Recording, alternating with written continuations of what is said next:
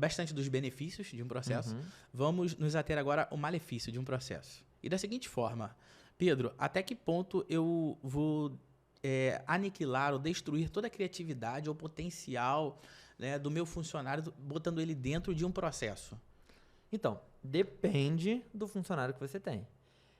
Se aquele funcionário ele tem uma liberdade criativa, isso está definido dentro de um processo como uma caixinha manual, uma tarefa manual que tem que ser feita. Por exemplo, a gente falando de um escritório jurídico, eu não posso pegar, jogar numa máquina um papel e do outro lado sai a petição. Eu preciso analisar os casos.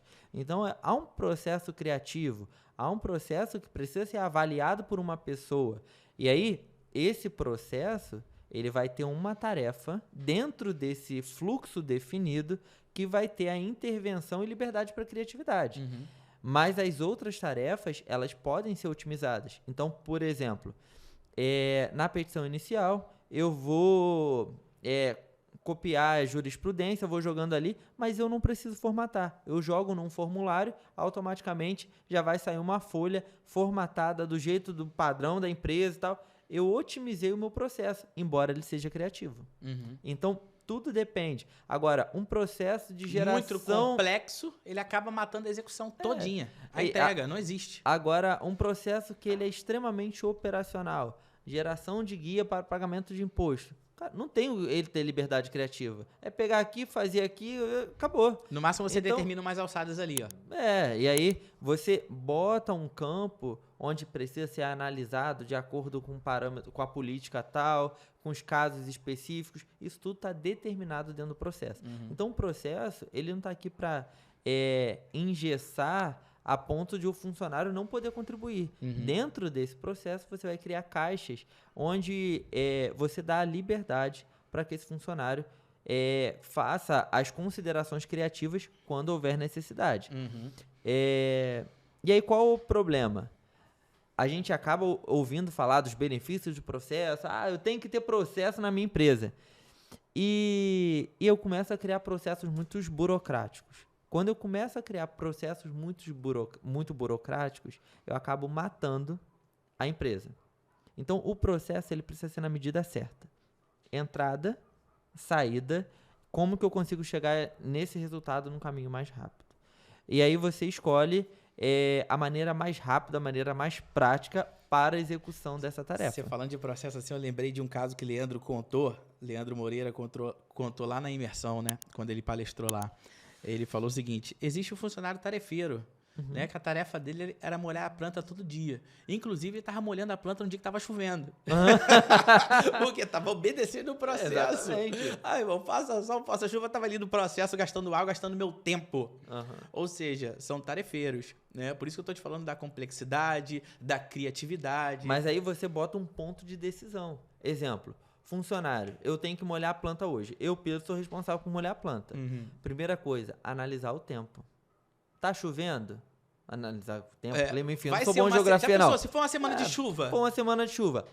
Tá chovendo. Se estiver chovendo, devo molhar a planta? Não. Pula para a próxima tarefa. Isso é um processo. Aí seria um checklist. Antes de iniciar o processo. E aí, nesse ponto de decisão, você decide que essas tarefas vão ser executadas posteriormente. A gente está falando de uma coisa bem óbvia aqui, né? Molhar a planta na chuva, mas existem umas coisas com grau, nível um pouquinho mais acima dentro da sua empresa que está seguindo essa mesma analogia. Né? Uma coisa simples de ser respondida, uma coisa fácil de ser conversada, e vocês não estão sabendo aproveitar isso na empresa de vocês. Então, por isso que a implementação do processo ele vai trazer eficácia. Né? O que é eficácia? A diferença de eficácia para eficiência. Você tem ali o trabalho do tarefeiro que é molhar a planta todo dia. Ele vai ali e molha a planta todo dia. Ele está sendo eficiente no processo dele. Ele está molhando a planta. Beleza. Só que ele molha a planta no dia que está chovendo. Tranquilo. A diferença do trabalho dele foi eficaz? Não foi? É indiferente, porque choveu, molhou, o resultado foi o mesmo. Então ele só gastou água, só gastou tempo, só gastou energia, mas o trabalho dele foi até, abre aspas, ineficaz. Porque não faz sentido ele estar ali gastando aquelas horas, aquela energia. Ou, de repente, até prejudicial. Exato. Essa é a diferença entre eficiência e eficácia. A gente está sendo muito eficiente dentro da nossa empresa, sem olhar o ponto final, que é a eficácia do trabalho feito. Correto? Com certeza. E por isso vaza muito dinheiro. vaza muito tempo aí nas mãos dos E empresários. aí é escorre. aquele benefício que a gente falou lá atrás. Exato, e é por isso que você disse uma coisa muito séria. O processo ele precisa ser revisitado. Opa, se tem alguma coisa errada aqui, vamos dar uma melhorada nesse processo? Qual é a tecnologia que a gente pode trazer para cá? Qual é a inovação que a gente pode trazer para cá? A gente vê muito isso na engenharia. Se tiver algum engenheiro, alguém que lida na área de engenharia, vai se identificar. Eu, assim que entrei na faculdade de engenharia mecânica, 1 ano e meio, eu fui fazer... Eu virei aprendiz na Nuclep. E aprendiz eu fui escolher a área de especialização. E aí eu me especializei em desenho técnico mecânico. Tudo a ver com processos. E aí você faz um desenho que você, cara, ótimo, que não sei o quê. Se você olhar ele no dia seguinte, você fala, não, preciso mudar isso, preciso mudar aquilo, isso aqui, Sempre talvez... vai ter uma coisinha para mudar, né? E aí você faz a revisão daquele desenho. Você anotou as considerações, ou de repente, no momento criativo, você fez aquele desenho, mas que não estava de acordo com a norma.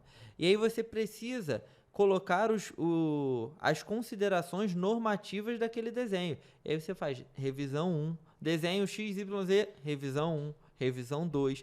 E aí o processo é a mesma coisa. Sempre que for revisitado, uma revisão e o porquê que você alterou. E é interessante, eu tenho um empresário que está na mentoria que ele sempre faz as versões. Versão 1 do projeto, a versão 2 do processo, a versão 3, para ele acompanhar a evolução. Né? Isso vira um arquivo para você, um acervo. Documentário. Onde você sempre vai revisitar e, tipo, você pode, inclusive, voltar para uma revisão. Você falava, cara, eu achei que fosse melhorar e nesse período melhorou, mas eu preciso voltar para a revisão 2 e aí eu faço a nova revisão considerando retroagindo, né, a revisão X, porque hoje ela faz mais sentido para minha empresa. Entendi.